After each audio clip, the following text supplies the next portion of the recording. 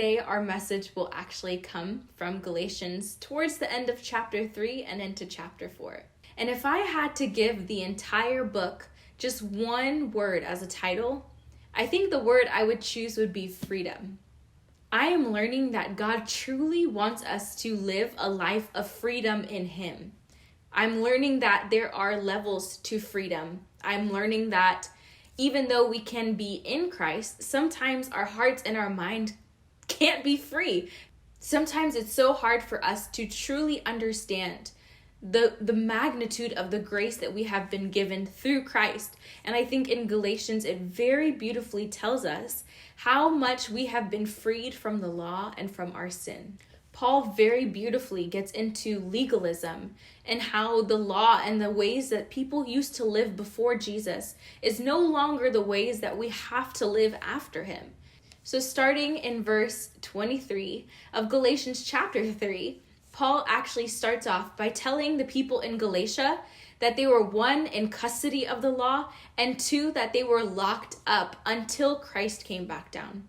If we are not free in Christ, then the opposite has to be true, right? And the opposite of freedom in Christ is to be locked up or in custody of something else. And in this case, and in the case of many believers even today, it is the law. We spend so much time trying to focus on how we can fulfill every single law, what actions we have to do, how to properly speak, how to properly walk, how to talk the talk, you know what I mean? But really, if we try and live a life like that, and a life only by our own abilities, then we are living a life in custody of the law. He's essentially telling these people that they are locked up. Their gifts are locked up. The freedom that they can experience in Christ, they cannot, because they are locked up mentally, spiritually, and in their heart. But he continues, and he talks about how after Jesus came, in verse 26, he says we became children of God. And he even continues further than that and says that we are clothed in Christ. I love to think about that, especially when I'm praying, and just imagine how God the Father sees me when I come to him. If it were by my own actions, my ability to fulfill the law, my ability to uphold the law, my ability to not break the law, then I would be so unworthy to go before God the Father.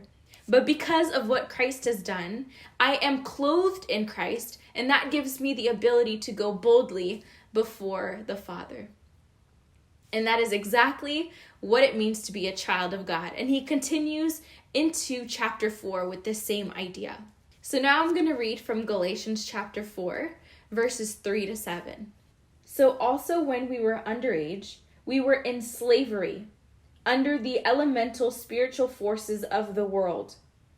But when the set time had fully come, God sent his Son, born of a woman, born under the law, to redeem those under the law, that we might receive adoption to sonship.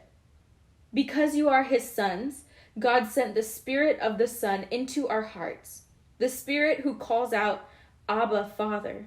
So you are no longer a slave, but God's child. And since you are his child, God has also made you an heir.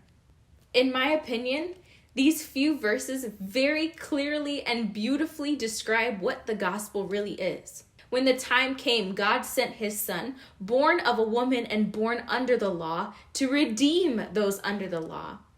And because of that, we have been brought into sonship with God the Father. He then talks about how the Holy Spirit enters our hearts, and from there concludes by saying that we are no longer slaves, but heirs.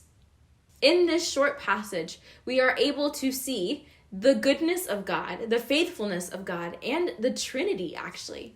We are able to see how, despite our shortcomings, despite our failures, despite the forces that we were under, because we ourselves are not good enough to overcome this world, and because of God's goodness, because of God's faithfulness, because God always fulfills his promises, he sent his Son at the right time. And only then does the Holy Spirit enter our hearts. And do we truly become adopted into the family of God and become his children. There are so many things that Galatians has shown me that I truly have to be grateful for. I am to live every single day thankful that not only did God take me from being a slave who was locked up and in bondage and captivated by the things of the world, and by a person who would always continue falling short of the glory of God because of the law, I went from that to being adopted and an heir of all the promises of God. So how can I go about every day not being grateful when I've truly been given the gift of eternity? I think that as believers, God really and truly wants us to exercise the freedom that we have in Him while we are on this world. That is when we can live out our purpose. That is when we truly get to maximize on every spiritual blessing that has been given to us as His children. That is when the gospel no longer becomes about what we can do, but all about what He has done. The best way for us to say thank you to God every day of our lives is to live in that freedom, is to live in that grace, is to utilize all of the things that He has gifted us. I just really want to encourage you and empower you and remind you that you are free in Christ.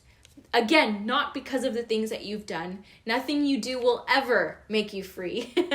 But because of Him and His goodness, you are no longer a slave. You are a child. And as a child of God, we are called to live out a life of freedom. We hope that you are reminded to give thanks every day for all the things that God has given us. Even if this is a really rough season for you here in your walk, I'm not trying to undermine those things, but I do believe that the things that are outside of this world and the things that are bigger than this world and bigger than us should be a big enough reason for us to still try our best by the power of the Spirit that is in us to live a life of thanksgiving and to live a life of gratitude for the things that Jesus has done for us. May God bless you abundantly. May He keep you, and until next time we see you, we love you and God bless.